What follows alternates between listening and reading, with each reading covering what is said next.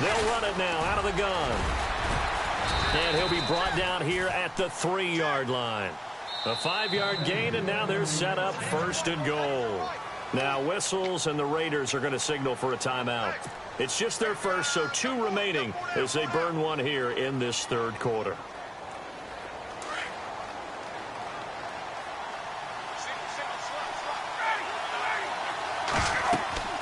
To throw is Ryan. This will be caught at about the 6. And he is into the end zone for a Falcon touchdown. Devontae Freeman. He scored on the ground and through the air. And the Falcons will extend their lead. And his guys will take a 10-point lead.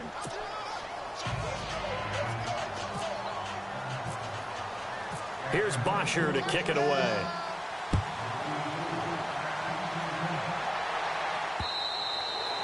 And that'll carry over the back line of the end zone for a touchback. Now the Oakland offense heading back onto the field to take over. They did what they had to do to start this 3rd quarter, went down, got the touchdown to cut the lead, but the matching touchdown a moment ago, and we're right back where we started at halftime. Yeah, you're exactly right, partner. They had a little bounce in their step after scoring that first touchdown, but the defense gave one up, and that's the problem right now. Can they get better play from their defense while they continue to score on offense? And he's brought down after a good gain. A really nice gain of 25 yards. Now the offense lining up 1st and 10.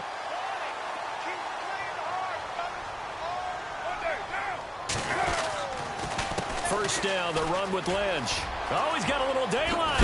Lynch fighting. He fumbles. He lost the football. But I think the Raiders are going to be able to hold on to it, yes. Wow, that ball gets knocked free, but a teammate comes along and scoops it up. It's almost like baseball.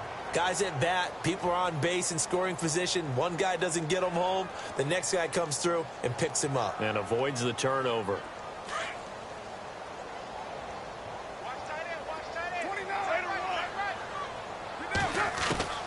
Throwing on first down is Carr. And the Falcons get there. The Falcons get the sack. Down he goes.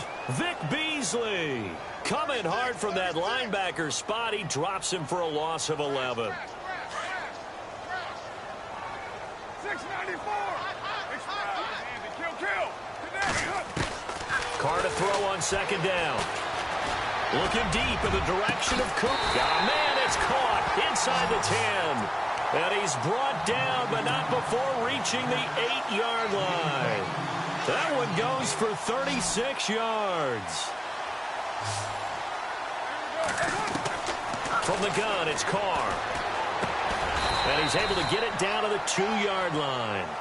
Back now in the East Bay.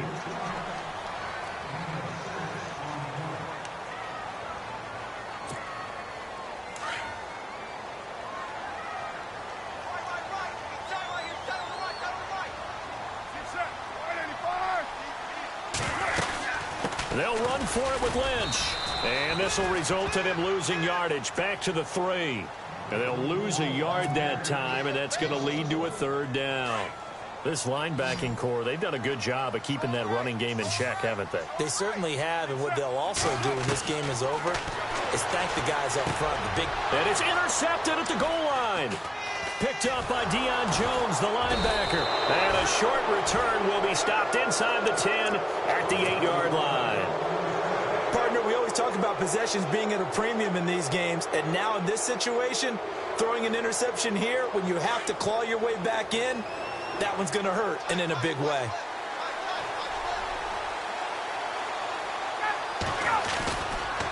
Freeman at tailback. He's got it running left. And he'll lose yardage and be down at the 7-yard line. That's going to go as a loss of a yard, and it'll be 2nd down. Under 4 to go now as the clock runs, and they come up on 2nd down. On 2nd down, Ryan.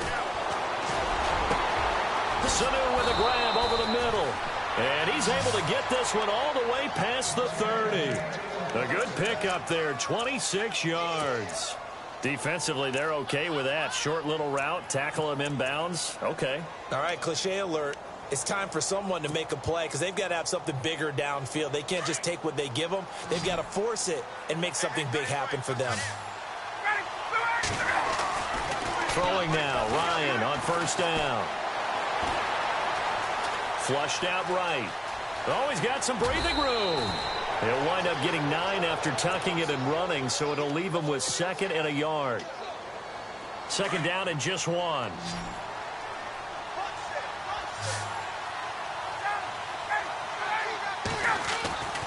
Now it's Ryan. Connects with Sanu right side. And he'll get it out to midfield. Looks like, yeah, they'll spot it right at midfield at the 50. It goes as a gain of 8, and it moves the chains. Offense comes to the line now, 1st and 10.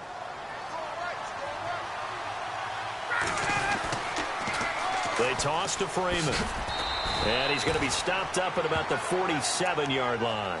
2 yards on the carry there. It'll be 2nd down. And in this situation with the lead 4th quarter, they're liking keeping the ball on the ground, I'm sure. That's just smart football, but you know the defense has to know it as well. They've got to stop them here. So now we're going to see that loading the box in a big way. 6, 7, 8, 9, whatever it's going to take, puts a little bit more pressure on your big offensive line. And incomplete there. A nice hit. Jars the ball free and brings up 3rd down. Sure, that pass was incomplete as they made an attempt to get a big one downfield. But that's okay because the second part of that is if you don't get the completion, at least you've told the defense you're trying to stretch them out a little bit, and they may have to change accordingly. Now Ryan. Eluding the pressure right. He can run for it, and he will. And he'll go out of bounds after taking it a little further down inside the 40. Time for a break. We'll come back and see this one out after this.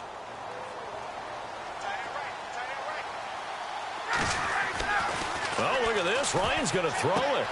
Throwing the out route incomplete. That's Jones. 15 more there, and they're on a roll. It's another 1st down. These guys are running offense like you drive. The pedal is down, stomped down. How about that? Back-to-back completions. They are rolling. So much for being conservative and running that football. And intercepted. Maybe the turning point they need. Picked off by David Amerson. 2-score game here in the 4th, and that pick, it kind of keeps the door ajar, doesn't it? It does, and you wonder about their strategy because with a 2-score lead, you would think maybe you're just sitting on it and trying to drain some clock. It's almost like they felt like, hey, we've got a good cushion. We can keep pressing it. It ended up costing them. Over the middle, Amari Cooper. It's complete. A good pick up there, 26 yards. So Amari Cooper out of Northwestern High School in Miami making a nice play there. And it's so funny that when I was going through the draft process when he came out of Alabama and was inquiring about him and his skills, they say it all began back in Miami. He really became a pro receiver at a young age because of his attention to detail and precision. But don't forget his athletic ability. That's what made that catch there. And he did spend 1 year with Teddy Bridgewater as his quarterback there, so that helped back in high school. Now a desperation throw. It's caught inside the 25. And he goes down, but not before getting this inside the 25. A very nice pickup of 33 yards. To throw his Carr. He couldn't quite hold it. Got hit. Ball pops out. Incomplete.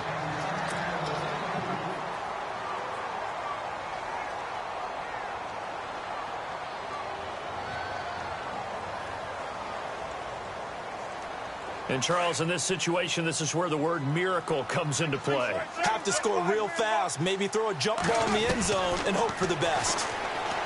Carr.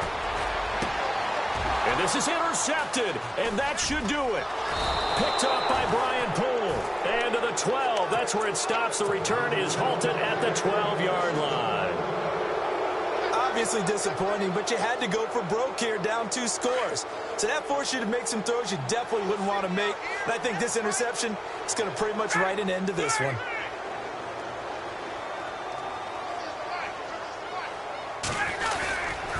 And now a 10th carry for Freeman. And he'll get this one up to about his 14. Now the Raiders are going to use another timeout here. That'll leave them with just one remaining in this fourth quarter of play.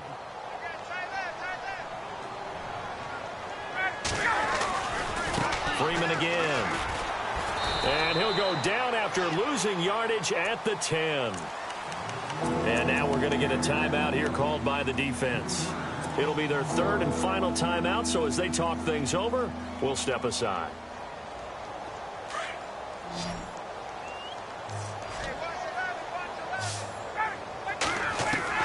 Here's Ryan. Finding Gabriel complete. And he's able to pick up the first before he's taken down at the 27. A big pickup there, and without question, that should be more than enough to wrap this one up. Ryan wants to throw it. Now that'll be tipped and intercepted. Picked off by the safety, Reggie Nelson. You're looking there at the defensive back who's maybe a step slower than he was when he came into the league a decade ago. I know I questioned his speed coming into the game, but what he's lost in speed, he's more than made up for it with intellect. And that's a great job of knowing how to position himself to make that interception. Now he's forced it, and this is taken in at the 5. A big play there, Carter Cooper, and even 40 yards.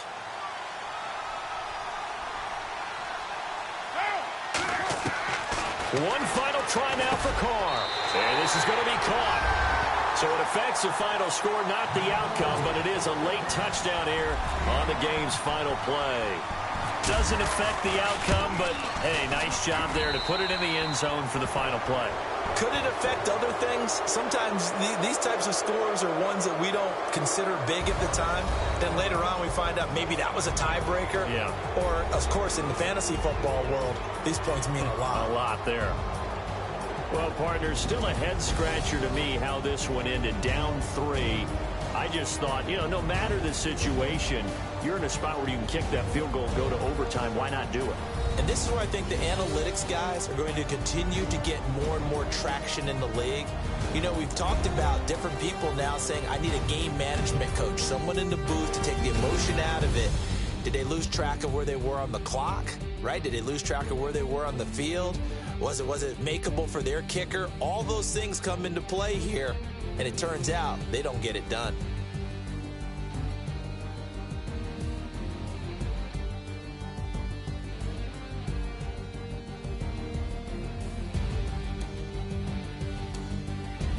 So that'll do it for us. For my partner, Charles Davis, and all the hard-working men and women on our crew, I'm Brandon Gaudin. You've been watching the NFL right here on EA Sports. With that, we say good night from Oakland.